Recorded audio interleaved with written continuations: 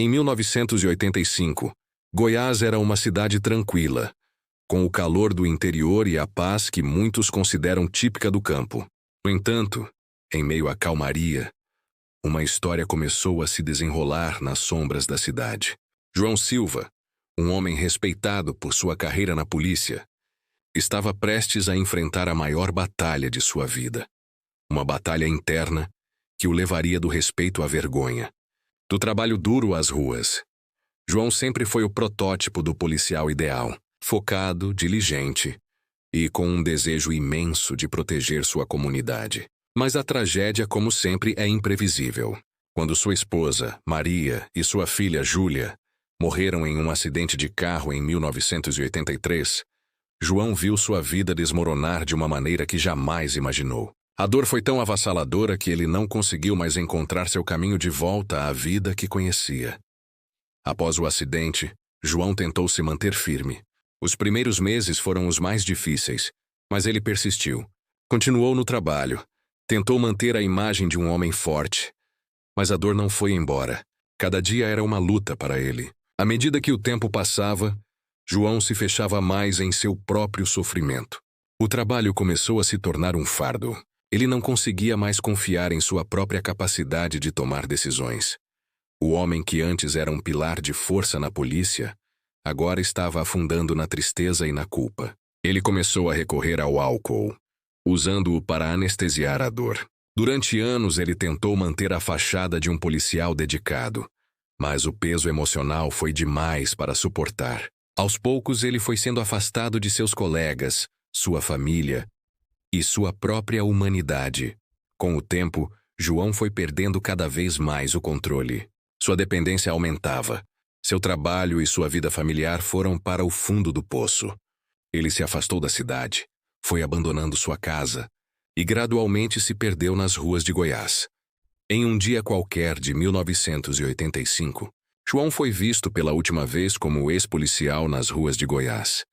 Ele vagava pela cidade com os mesmos trajes surrados que usava como oficial, mas agora eram símbolos de sua queda. As ruas se tornaram seu novo lar, e as sombras da noite seus companheiros constantes. Ele começou a viver como os outros sem teto, lutando para encontrar algo para comer e um lugar para dormir. A cidade, que ele um dia jurou proteger, agora o olhava com indiferença.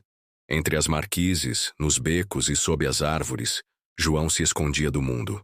As ruas se tornaram o único lugar onde ele se sentia livre, mas ao mesmo tempo, essa liberdade era uma prisão. Ele passava seus dias buscando alimentos em lixeiras, observando as pessoas passarem apressadas, sem se dar conta de quem ele um dia foi.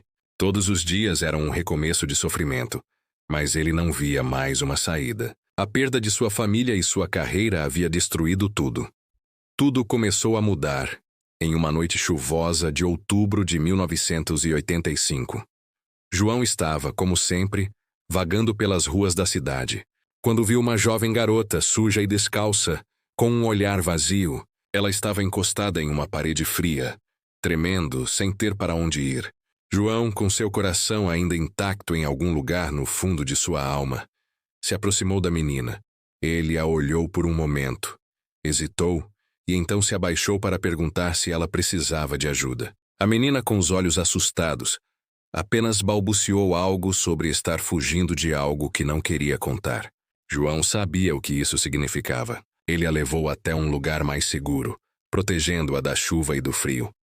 A partir desse momento, algo em João mudou. Ele viu nela um reflexo de sua própria dor. A garota, que se chamava Raquel, revelou ter fugido de um ambiente abusivo.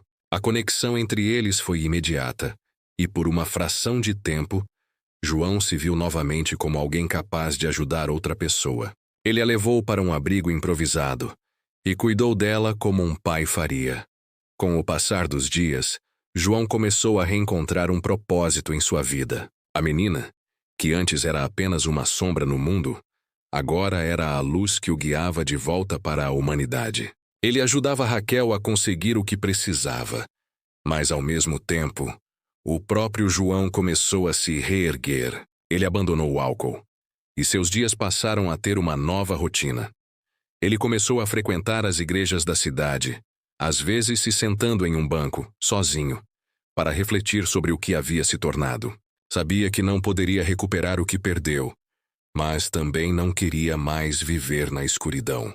A cidade de Goiás, que havia o esquecido, agora se via diante de um homem tentando, com suas próprias mãos, reconstruir sua vida, pouco a pouco. João, agora mais saudável e com um espírito renovado, começou a trabalhar em um pequeno comércio vendendo produtos antigos e recicláveis. Ele usava suas habilidades de ex-policial para ajudar os outros, aconselhando pessoas em situações difíceis. A vida nas ruas não o definiu mais. Mas, como tudo que é efêmero, o que parecia ser uma nova chance foi interrompido. Em 1987, João desapareceu sem deixar rastros. A cidade nunca soube o que aconteceu com ele. Alguns disseram que ele voltou para a vida normal. Outros acreditavam que ele havia sumido por completo. Raquel, que agora estava em um abrigo, disse em suas últimas palavras sobre ele: João encontrou o que procurava, mas às vezes o verdadeiro recomeço vem sem aviso. Em 1990, um jornalista investigou o desaparecimento de João. Nos arquivos da cidade, encontrou uma carta que João havia escrito pouco antes de sumir, dizendo: A vida me deu outra chance e eu aceitei. Não foi pelo que encontrei, mas pelo que decidi fazer com o que me foi dado. Hoje, em Goiás, algumas pessoas ainda falam sobre o ex-policial que se perdeu nas ruas.